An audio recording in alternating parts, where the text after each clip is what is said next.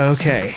Is your asshole fine, or is it bleeding like Hollywood? It's bleeding. Time to go over Post Malone's Hollywood's Bleeding. Post Malone is a rapper, singer, songwriter. Kind of burst onto the scene back in 2015 with his hit single "White Iverson," which just took over the airwaves. It was all over the place. So I'm hearing "Ballin', ballin', ballin' on you." That was Watch out.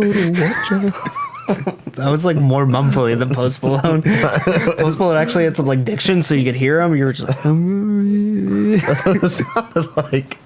And this was of course the first single off of his first record, Stoney, which I personally didn't like, and a lot of people loved it, and it was pretty bad. it was just like terrible trap and pop, just like filler. There was no substance to it whatsoever. And then he added substance in 2018. Beer Bongs Bentley's going on to talking about his status and fame and how he's essentially just dealing with it, and going over the course of the retrospective of him coming more into, it's almost like a weird coming of age story, becoming a man in a sense. I think I like Post Malone a lot for that reason, because he was just kind of like some middle class kid that wanted to go into the rap game, just went completely all out, made Stoney, and I feel like Stoney wasn't really like a part of him. Does that make sense? Yeah. I think he made like White Iverson and Congratulations, and then like kind of had to fill out the rest of a record, and he did. But then I know he's gone on the record multiple times saying like, I really want to make some different kinds of music. I remember him saying that he wanted to make more like metal music. At one point, I think he said he wanted to make like country music, just like Young Thug did. Which, have you seen the new footage of him singing Fleet Foxes? Yes. With a cowboy hat. I Like some have. other dude who's in a cowboy hat. Yes, that was I know pretty that's not recent. That, like, country. just came out. And then also we got more into that metal dive here on this latest record, Hollywood's Bleeding, with one of his features specifically. But yeah, I think that's why I like Post, because I don't think that he's afraid to explore different genres and do what he really wants to do, despite being in the midst of like some of the most, dare I say, manipulative. Like, if you don't make what the radio wants, you're not gonna get on the radio. Yeah. And he's still like making whatever he wants and still getting played. Yeah. I also, Beer Bongs and Bentley was something that kind of took a while to grow on me. Like, I think we're both positive at the time, but it wasn't, I think it took more long to establish. I also think that record's a little bit too long for its own good. And then it goes into this record, which I think is pretty long for its own good.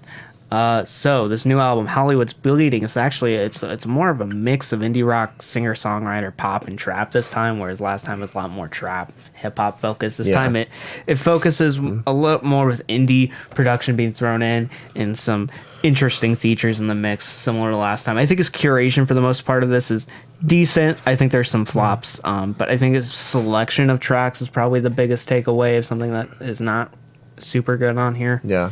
Because we have Sunflower from Spider-Man Into the Spider-Verse on here, which came out like last October, and I don't care for the song. I like the song in the context of the movie, and that's about it. I actually recently watched the movie probably 2 months ago, and I've been listening to it ever since. I actually really enjoyed the track ever since listening to that. I think Sway Lee and Post Malone have this weird chemistry that just doesn't work, because they both try to be melodic, and like they end up being too much of the same ship, I think. I just think it just kind of... I think the melodic line is very catchy. I think Sway is fine, song. but I think the Post side is kind of lacking. Yeah, just a little bit. But we also get Wow, which is a single he dropped in, like, I think he dropped it on Christmas. I don't think it's been out that long, has it? Yeah, it's been out pretty long. I know. It was essentially just the victory lap from Beer Bongs and Bentleys. I didn't think it had been out that long. I swear it was that long. Or long. It's at least been a couple of months. Yeah. At least like 3 or 4. Probably a good like 5 months. I can guarantee that. Yeah. And I think that's a big problem for me in this album, is like sometimes I feel like artists will release a lot of singles and then just kind of stuff them into their album, even though it's been a ridiculously long time since they were released. Yeah. Sunflower and Wow are like the two biggest things of that. Yeah. And then like when he started releasing singles like Circles and Goodbyes with Young Thug, I was like, when does the promotion like start? Yeah. kind of thing. When I saw them on the finished record, I was very surprised that he would do something like that. So going over WoW, I actually like that as it is for Victory Lap. I think he's finding confidence in his fame, and I think that was a good end note to the Beer Bongs and Bentley's era. Yeah. And I think it made sense in that track, but in the context of this album being a completely separate project, I just think it doesn't fit. And also, it's at the end. After Goodbyes. It's a weird end cap to something that doesn't fit at all. Yeah. You listen to WoW and then you go back, if you were to go back to any other tracks on here, WoW sounds nothing like it. Yeah. Any other ones. And it's also the most pop trap focused track on here. The most hip hop conventional track on here. Correct. Yeah. And I just think it's a weird ending. So going over this entire album, this album's essentially just a breakup album. Which it's not Igor level good, but it's not terrible either. I think Post just comes off a bit too generic on this. Not in style, but in just what he really has to say. Because I feel like he... in subject matter, I think is the big one. Because I feel like he repeats himself on too much. We go over circles, and it feels like he's in this romantic relationship, just stuck in a circle of breaking up and splitting up and getting back together, being this infinite loop. But that feels like the entire album, what a majority of it is about, is that he can't quit this person, but there isn't enough struggle being shown. It's just like he's just blindly going into it like an idiot. Yeah.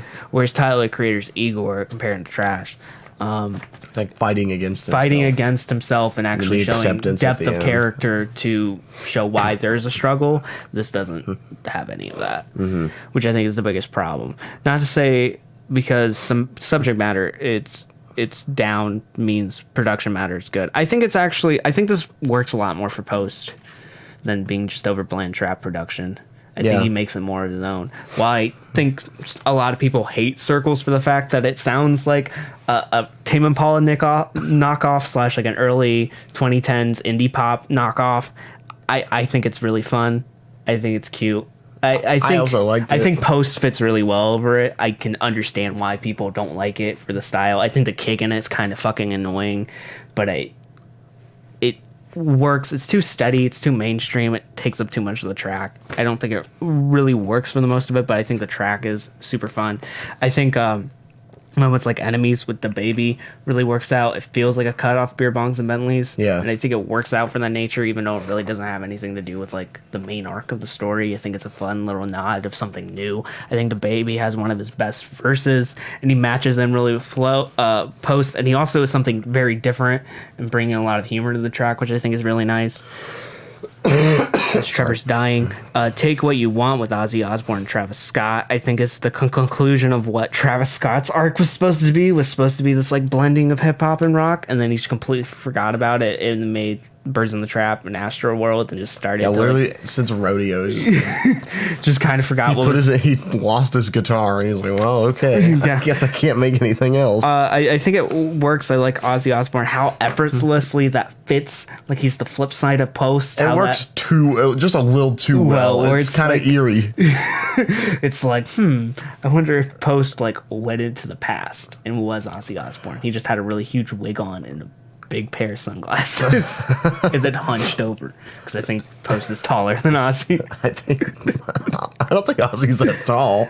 I think he hunched over because I think Post is taller than Ozzy. That's what I was saying. Yes. He's 4 feet. Staring at the Sun with SZA reminds me of that DJ Khaled track with SZA, the one that ripped off Miss Jackson. I forget what it's called. Oh, I know what you're talking about. Yeah. Off of Father of Sod. It reminds me of that. I think SZA's better when she's elucid. She just the rap, not the rapper. Where she's not elusive, where she has some mystique to her, or else she comes off just kind of being generic, like she's just another R&B star.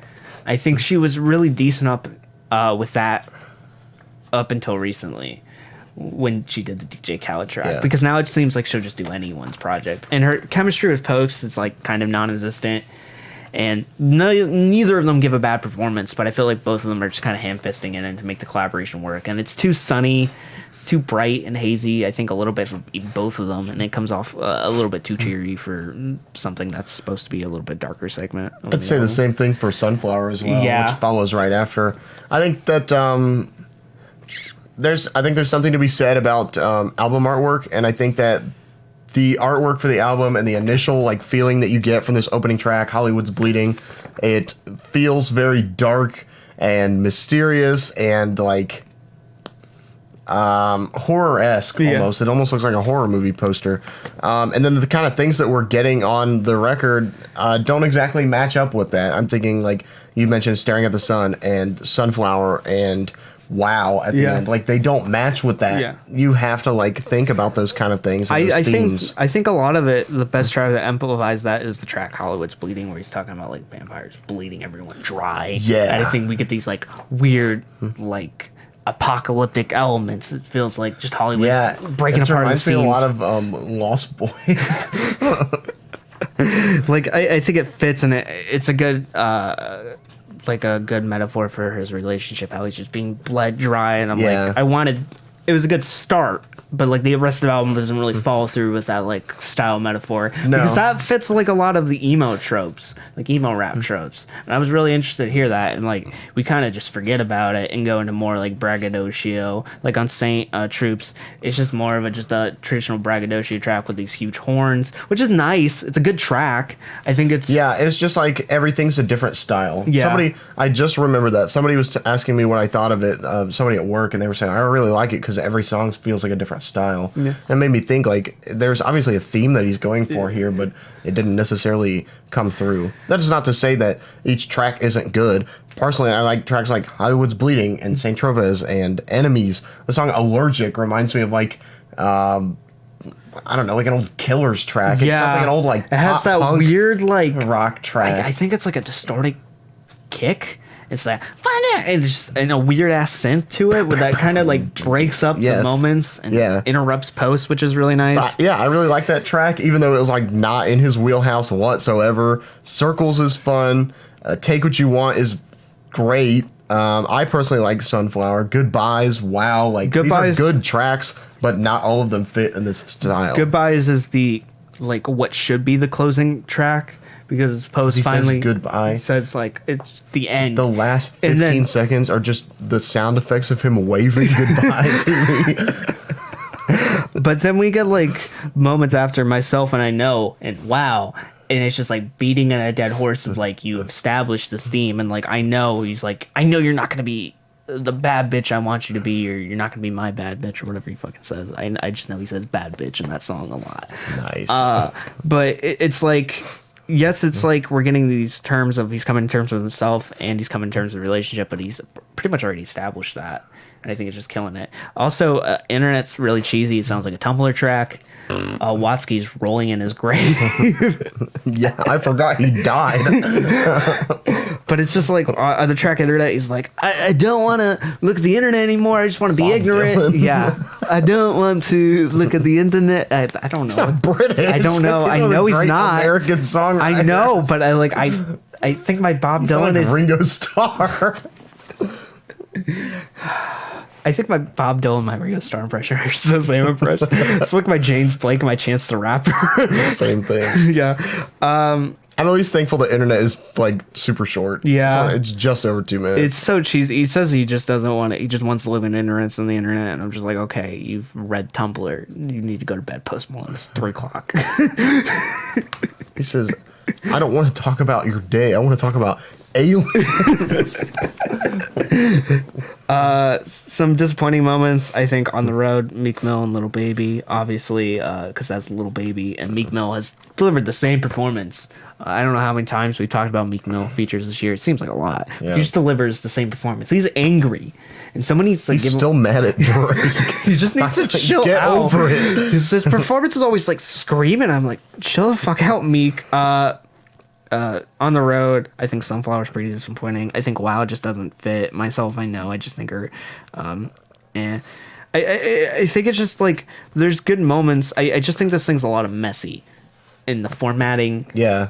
and it's just like it doesn't know what it wants to be. It's like Beer Bongs and Lovely. I think it knows what it wants to be. Like I think 100% it knows what it wants to be, but it doesn't always fit into that. Yeah, I think it's like Beer Bongs and Bentley was such a success, and it was really long and bloated too. That I think Post kind of got a little bit too confident, and then put all of his ideas in the same tank for this one, which I don't think he really should have. And I think it kind of leads to this album where I'm just kind of confused on, because there's good moments, but I think it totally just doesn't make sense with itself. Yeah, correct. I think thematically it's a little lacking. Like you said, it is very messy, so it doesn't always fit like the mold that it wants to fall into. That doesn't mean that we don't get some like really great tracks out of this. Yeah. Overall, I can't stress enough, I did enjoy this project. Yeah. Keep in mind those scores if you're telling me. Right now I'm feeling a 6 to 7.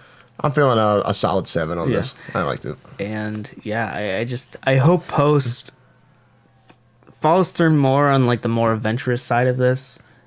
Like Take What You Want, I think is a little bit more adventurous. Circles, I think a little bit more adventurous. Goodbyes, like I wish he follows through more on that and kind of leaves some more of the traditional cheery pop material, like Staring at the Sun and 1,000 Bad Times, a little bit in the past. If he wants to do something like that, he's free to do it, but like I wish it was just a loose single then. Yeah, because I feel like the stronger idea, like the more important, the more risk he takes, I think it comes out to be a more interesting track, and I hope he follows through more in the future.